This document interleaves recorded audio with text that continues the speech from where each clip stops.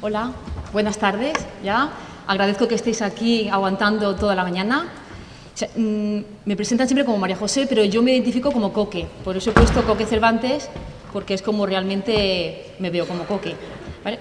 La colaboración del trabajador social en el abordaje de la fibromialgia. El abordaje de la fibromialgia, como hemos visto a lo largo de esta mañana, está atendida por un equipo interdisciplinar. Debería ser atendida por un equipo interdisciplinar, mejor dicho, y entre ellos el trabajador social.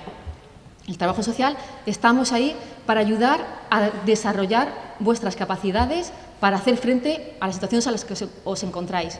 Es decir, no os decimos cómo hay que hacer, os decimos cómo hay que hacerlo, no os llevamos de la mano a hacerlo. El doctor Cabot, ya en 1915, que era un médico innovador, decía que el doctor está entrenado para que en sus estudios médicos se concentre en un campo restringido y estudiado minuciosamente. Si tenemos problemas digestivos, está pues, el médico que lleva el tema del aparato digestivo, el reumatólogo. El trabajador social, estamos entrenados para mantener los ojos abiertos en cada aspecto de la vida. Es decir, buscamos la necesidad para ayudaros y daros el recurso necesario. Uno de los recursos que más me preguntan en la asociación es sobre la incapacidad y la discapacidad. Aquí quiero dejar claro las diferencias que hay entre una y otra, porque ¿es lo mismo incapacidad que discapacidad?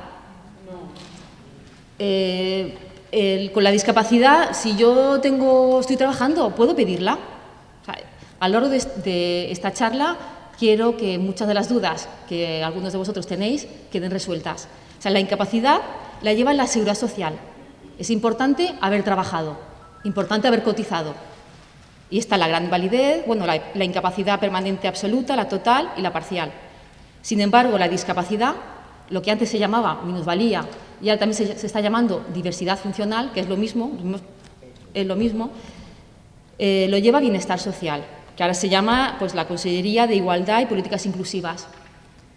Da igual que trabajes, que no trabajes. En la discapacidad van a valorar tus limitaciones, van a ver cómo funcionas tú con las enfermedades o con las secuelas que tú tengas.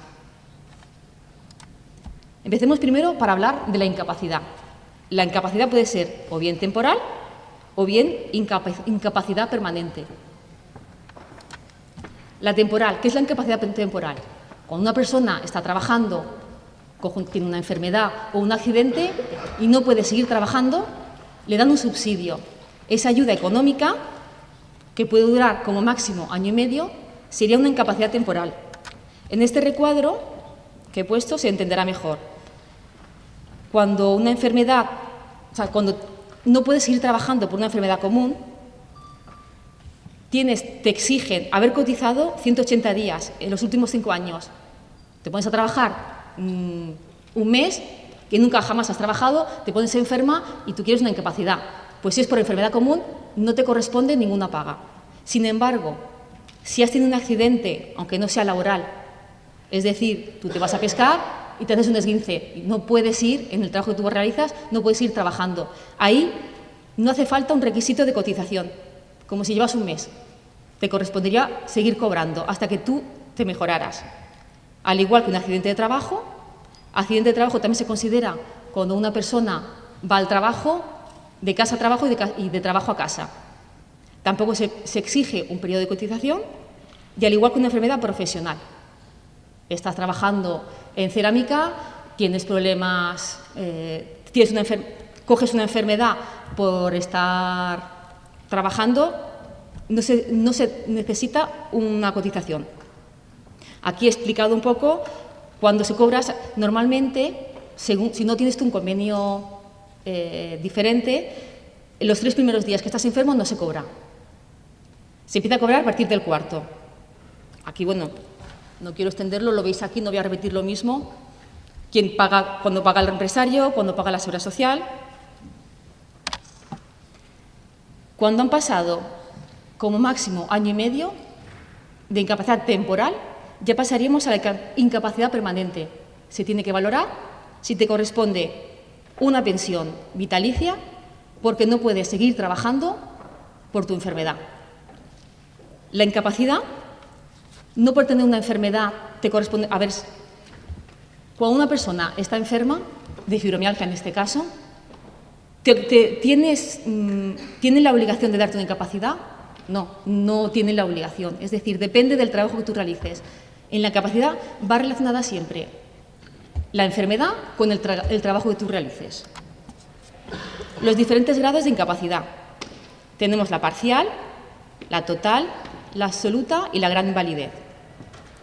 La parcial, yo personalmente no conozco a nadie, o sea, no he hablado con nadie que le hayan concedido una incapacidad permanente parcial.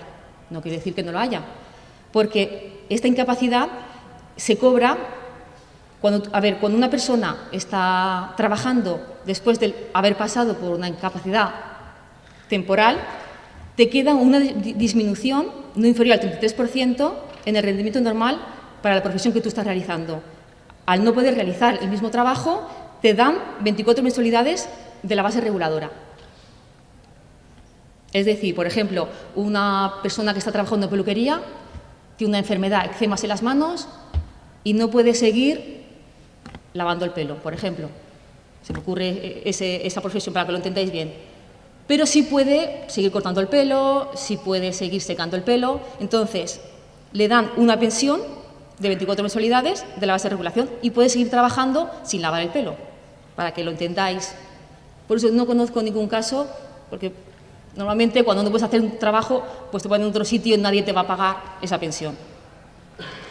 La incapacidad permanente total, que esta sí que tenemos casos con fibromialgia que están concediéndola. Es cuando una persona no puede trabajar en lo que estaba realizando, pero sí puede encontrar otro trabajo que no tenga nada que ver. Entonces, la Seguridad Social te da una pensión del 55% de la base reguladora. No vas a cobrar el 100%, como muchas veces me preguntan, y es que se me va a quedar muy reducida. Pero es que la Seguridad Social entiende que tú no puedes ejercer ese trabajo, pero sí puedes ejercer otro tipo de trabajo. Esta incapacidad se incrementa el 20% cuando una persona ya tiene 55 años, porque se entiende que le va a costar más trabajo encontrar otro trabajo. Esta incapacidad total, permanente total, puede que tú en ese momento no puedas trabajar, pero con el tiempo puedes trabajar. Sí, si tú puedes trabajar, puedes ir a la Seguridad Social, que hay pocos casos que quieran hacer eso, y decir, yo ya estoy bien, creo que estoy bien, puedo volver a incorporarme, para poder trabajar en lo que yo estaba realizando antes. Luego tenemos la incapacidad permanente absoluta, es decir, que por tu enfermedad no puedes trabajar en nada. Cuando no puedes trabajar nada y has cotizado lo suficiente, es cuando te corresponde el 100% de la base reguladora. Y luego tenemos la gran invalidez, que estás mal, no puedes trabajar, pero aparte necesitas de una persona que te ayude en las tareas de la vida diaria. Aquí cobrarías el 100% de la base reguladora y te darían un complemento que se entiende que sería para esa persona que te va a ayudar de un 45%. Aquí, en esta diapositiva, quiero decir que no hay enfermedades, sino enfermos, como ha dicho el doctor Ibor. Lo importante es la persona, no la enfermedad, de cómo te limita a ti. ¿Vale? Y que no hay dos situaciones iguales a la hora de valorar la incapacidad. ¿Por qué a esa persona con fibromialgia le han concedido una incapacidad y yo, que estoy peor, no me la conceden? Porque no son dos casos iguales. A ver, consejos para poder llegar a conseguir una incapacidad permanente. Es importante los informes del Servicio Especializado de la Sanidad Pública. Por eso muchas veces cuando los pacientes van a los médicos e insisten, quiero el informe, quiero que me ponga como estoy, muchos médicos son reacios, no tienen ganas de escribir lo mal que te encuentras, pero tienen que entender que es imprescindible esos informes para poder obtener, en este caso, una incapacidad, para poder acreditar que no estás bien. Sin un informe médico, por muy mal que estés, no se puede conseguir nada. Es importante en las secuelas. Si el médico indica, porque cree que es permanente e invalidante, ese informe puede llegar muy lejos. También, o sea, si tienes además pruebas de esfuerzo que están mal, test neurocognitivo que están mal, un informe pericial que describa las limitaciones que tú tienes y encima relacionado con tu trabajo, No es lo mismo una persona que trabaja en una empresa de transporte que va a inspección y le dice, es que yo no puedo ni hacer mi cama. No tiene nada que ver. Da igual que puedas o no puedas hacer la cama. Lo que no puedes hacer es el trabajo que tú realizas. Estamos hablando de incapacidad. Hay que relacionar la enfermedad con el trabajo. En la asociación, no me canso de repetirlo, tienes que relacionar tus limitaciones con el tipo de trabajo que tú estás realizando o que no puedes realizar ningún trabajo. Y es importante en los informes el lenguaje que se utiliza. No es lo mismo cuando el médico en su informe pone que la paciente refiere dolor incapacitante que si dice el paciente padece dolor incapacitante. Cuando dice refiere, ¿qué se entiende? Que lo dice el paciente, que no es tan real. Y ahí hay problemas. Por eso, ya que hay médicos, pues insistimos en la importancia de estos informes. Aquí quiero hacer, bueno, es una foto del tribunal, o sea, de aquí de la Seguridad Social. Quiero hacer la broma esta porque muchas personas cuando vienen a hablar conmigo sobre la incapacidad me dicen, pero es que si me citan el tribunal médico, ¿voy a estar yo sola con un montón de médicos? No te vas a encontrar eso. El que te va a atender es un médico evaluador, es un inspector, ¿vale? El médico evaluador va a pasar el informe al tribunal. El tribunal es un presidente y 4 vocales. El inspector, que es el que te va a atender, el que te va a preguntar, el que te va a recoger todos los informes, va a emitir un informe y ese informe se lo pasa al tribunal. El tribunal valora ese informe con toda la documentación que tú has presentado y emite otro informe que a la vez firma el director de la Seguridad Social. Es decir, el que tenéis que darle cuentas es al inspector. Aquí he querido hacer un esquema, que veis que hay muchísimas cosas, para aclarar los problemas que pueden haber cuando una persona solicita una incapacidad y no se la conceden, que normalmente es lo que suele ocurrir con esa enfermedad. Tú vas muy mal, no puedes trabajar, estás seguro que no puedes trabajar, pero el inspector o no se da cuenta o también hay que pensar que como tampoco hay mucho dinero en las arcas públicas, pues deniegan las incapacidades. Y entonces aquí, bueno, he querido hacer, porque es bastante complicado, si nos guiamos primero por los cuadrados azules, los primeros de la izquierda, bueno, en vuestro caso de la derecha, es cuando una persona está de baja, va al médico, antes de que pase un año, te dicen que a trabajar, ¿vale? Entonces, el paciente dispone de 11 días para hacer una reclamación. 11 días exactos, ni uno más ni uno menos. Es importante aclarar esos días. Si en 11 días no hace reclamación, entiendes que estás de acuerdo, ¿vale? El INS te tiene que contestar en 7 días.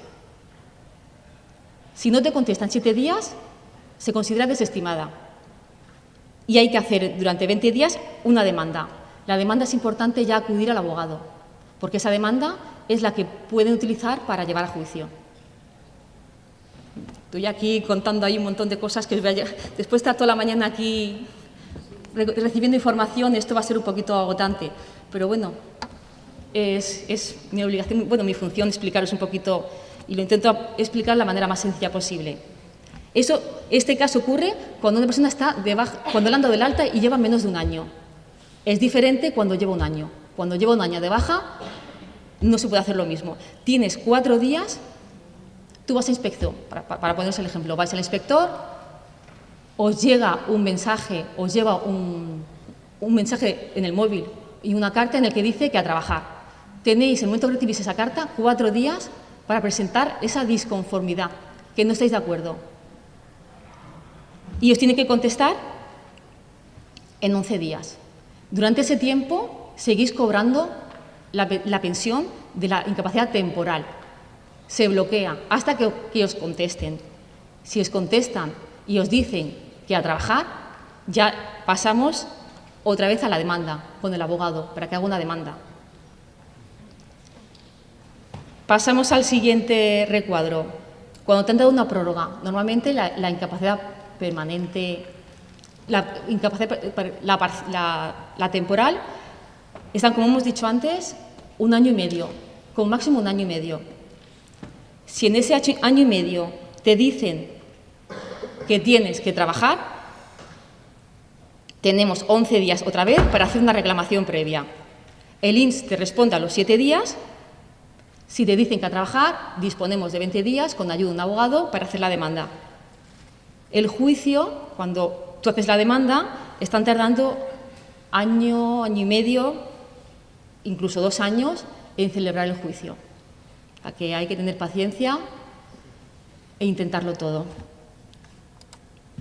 ¿Es revisable? Vamos a poner que te han concedido la incapacidad. Te la han concedido. La total, la absoluta, la gran invalidez. ¿Es revisable? Sí, es revisable. Te pueden llamar a los 2 años. Te pueden decir que continúas con la incapacidad o a trabajar. Hay que tener cuidado porque muchas personas, pacientes, cuando han conseguido una incapacidad, mejoran y bien, se han quitado el estrés del trabajo, mejoran, dejan ir al médico y entonces cuando te llaman desde inspección para hacerte una revisión a los 2 años, no tienes informes nuevos, es como que has desaparecido. Ese es un problema. Si uno está mal, pues tiene que continuar yendo al médico, pidiendo informes, porque la Seguridad Social está ahí pendiente para que el que mejora se ponga a trabajar. El tema de la incapacidad es un poco complicado, pero bueno, espero haberos aclarado un poquito el tema ese. Luego está la discapacidad. Como hemos dicho antes, la discapacidad lo lleva a bienestar social. Van a valorar tus limitaciones, limitaciones en tu vida diaria, cómo funcionas tú con tu enfermedad. Por ejemplo, da igual que tengas cáncer, si tú funcionas bien, no te corresponde una discapacidad. ¿Por qué unas personas con fibromialgia tienen un grado de discapacidad y otras tienen otro? Porque la enfermedad no implica un grado exacto. Depende de cómo funcionas tú, cómo te limite a ti. Y lo más importante, depende de los informes que tú tengas. El grado de discapacidad se valora a través de un baremo. Este baremo es muy antiguo, que es del año 99. Se hizo una modificación en el 2009, pero sigue sin aparecer una puntuación para la fibromialgia. No la consideran como una puntuación. En octubre del 2012 se creó el baremo único de discapacidad. Es decir, anteriormente la discapacidad se valora física, psíquica, y ahora no. Ahora solamente dan el grado, por protección de datos. No quieren que se vea si es una discapacidad física o psíquica, sino el grado y ya está. También en el 2013, del Real Decreto Legislativo, se considera persona de discapacidad a todas aquellas personas que habéis presentado los papeles en el centro de valoración y os han concedido por lo menos un 33%. También se considera como discapacidad a aquellas personas que tienen una incapacidad permanente, tanto total, absoluta o gran invalidez. Ante la ley tenéis una discapacidad.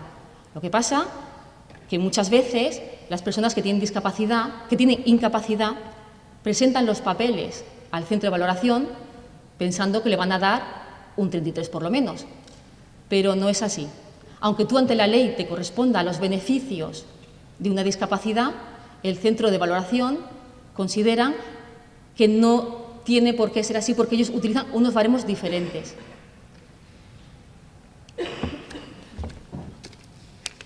Voy a beber.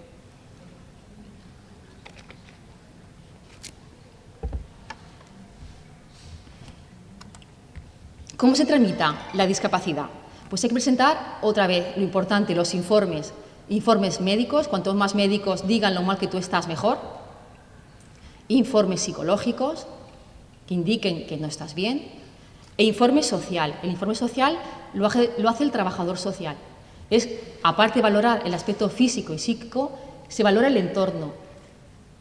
Los problemas que pueden haber en tu entorno, si estás trabajando, si no estás trabajando, si estás separado, si tienes ingresos económicos. El que tener ingresos económicos es porque muchas veces me lo preguntan, si yo tengo ingresos económicos, no me van a dar una discapacidad. Sí, no te va a puntuar el aspecto económico, pero te puede valorar los otros aspectos. Se pueden presentar en los centros de valoración, que aquí está en San José Calasanz y en la calle Arolas, y en cualquier oficina PROP.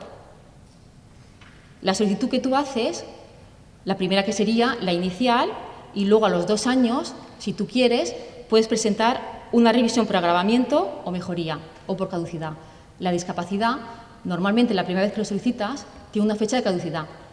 Tú tienes que estar aquí en Valencia, tienes que estar pendiente para que no se te caduzca. Porque en Castellón y Alicante te llaman. Que aquí en Valencia se ve que somos más personas y no llaman, tienes que estar tú pendiente. Si a ti te caduca esa discapacidad y tú no presentas una revisión, se entiende que te ha desaparecido y que no quieres seguir teniendo la discapacidad. El equipo de valoración que tenemos es un médico, que te va a atender un médico, te va a atender un psicólogo y un trabajador social. Cada uno de ellos te dará una puntuación según el baremo que tienen, aparte de valorar los informes que tú tienes. Estos médicos se basan más que nada en los informes que presentas. Ellos no van, si no, en un informe no dice que tienes una enfermedad, aunque ellos lo vean, si no lo ponen por escrito por otro médico, ellos no te lo pueden valorar. Es decir, que ellos solamente dictaminan el grado de discapacidad. Incluso ahora, actualmente, el centro de valoración tiene acceso a la sanidad pública.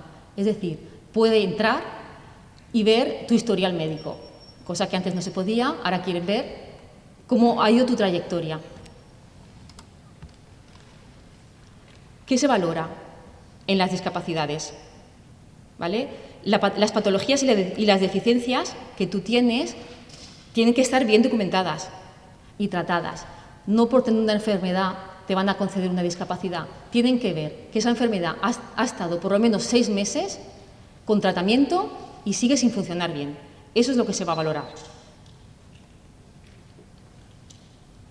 Es decir, que sin informes médicos ni psicológicos que avalen esa situación, no tienes nada. No es pedir una discapacidad sin informes, porque no te llegaría nada. Y se basan en la severidad de las secuelas, no en la patología en sí. Las secuelas definitivas, sobre todo. El tiempo mínimo, como he dicho, tiene que estar esa persona enferma por lo menos 6 meses para pedir esa discapacidad. Los procesos agudos no son valorables. Las patologías que cursan en brotes serán evaluadas en los periodos intercríticos, aunque se tendrá en cuenta la frecuencia y la gravedad que siente esa persona. La discapacidad hay diferentes grados. Tienes que llegar al 33% para que esa persona pueda recibir los beneficios que hay por la discapacidad. Si tienes un 32%, no tienes nada, no tienes limitaciones para conseguir beneficios. Esa sería, si eres inferior, una discapacidad leve. Si tienes del 33 al 64, es moderada. Con ese grado existen un tipo de beneficios, como desgravación fiscal, ayudas en educación, en empleo, impuestos municipales, como el impuesto de circulación es gratis. Si quieres comprar un coche nuevo, el impuesto de matriculación es gratis. Es lo mismo, ante beneficios, tener un 38 que un 50, que un 63. En cuanto a beneficios, da lo mismo. Si saltas ya al 65%, que ya estaríamos hablando de una discapacidad grave, ya puedes solicitar una pensión, pero no por tener el 65 te corresponde una pensión. Hay que cumplir unos requisitos, y entre ellos es tener bajos recursos económicos en la unidad familiar. Es decir, si tu pareja está trabajando y cobra, por muy mal que tú estés, no te correspondería una paga sería una pensión no contributiva por no haber cotizado. Y luego existe el mayor del 74%, que ya sería muy grave. En el certificado que te emiten, también van a valorar si por tus dolencias, por tus limitaciones, te hace falta la necesidad del concurso de una tercera persona. Te hace falta una persona que te ayude en tu vida diaria. Cuando vas a pasar por los tres especialistas, los 3 técnicos, van a valorar esa necesidad.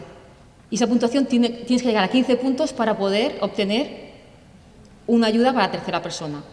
También se te va a valorar la movilidad reducida. Es decir, si tú tienes problemas a la hora de ambular, a la hora de coger transporte público. Esa tarjetita azul que dan a veces a las personas con discapacidad es porque tienen problemas de movilidad reducida. No por tener discapacidad te van a conceder esa tarjeta y poder estacionar en en aparcamientos de discapacitados. El dictamen técnico facultativo es el que te da la puntuación del factor social. Para que te valoren tu entorno, tienes que estar enferma. Es decir, tienes que tener 25 puntos de enfermedad para que se te puntúe el factor social, los problemas de entorno. Para las personas que están trabajando, que quieren trabajar y quieren decir que tienen una discapacidad, pueden solicitar en el centro de valoración un certificado de capacidades a efectos de la demanda de empleo.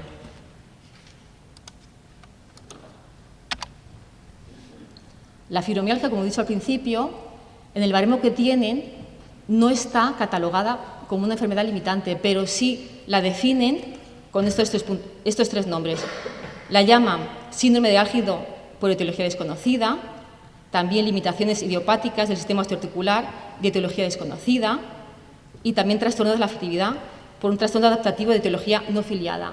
Muchas veces vienen socios a verme y me dicen, me han dado una discapacidad, pero es que no me han valorado la fibromialgia.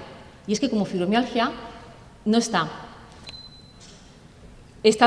Sí que está, ves la resolución y ves cómo están nombradas esas tres limitaciones. Hay que tener bien claro que la enfermedad no es una discapacidad.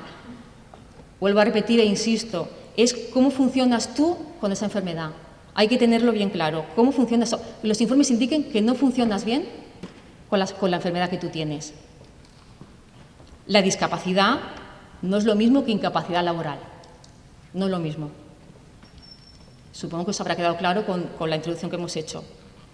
Sin embargo, con la incapacidad sí te corresponde una discapacidad. Vuelvo a repetir, se valora la funcionalidad del individuo, no el conjunto de patologías. ¿Vale? Y los procesos agudos no se valoran. ¿Es revisable la discapacidad? Sí, es revisable. Tanto como si te caduca, que tienes que estar tú pendiente para pedir una revisión, o tú solicitas la discapacidad, te la deniegan, tú sabes que tú tienes 2 años para otra vez volver a presentar papeles y solicitar la discapacidad. La discapacidad es gratis, no cuesta nada solicitarla. Es lo mismo, igual que diversidad funcional. Luego, ya finalizo, si buscas resultados distintos, no hagas siempre lo mismo, como Albert Einstein, que muchas veces queremos cambios y seguimos haciendo siempre lo mismo. Nada, muchas gracias.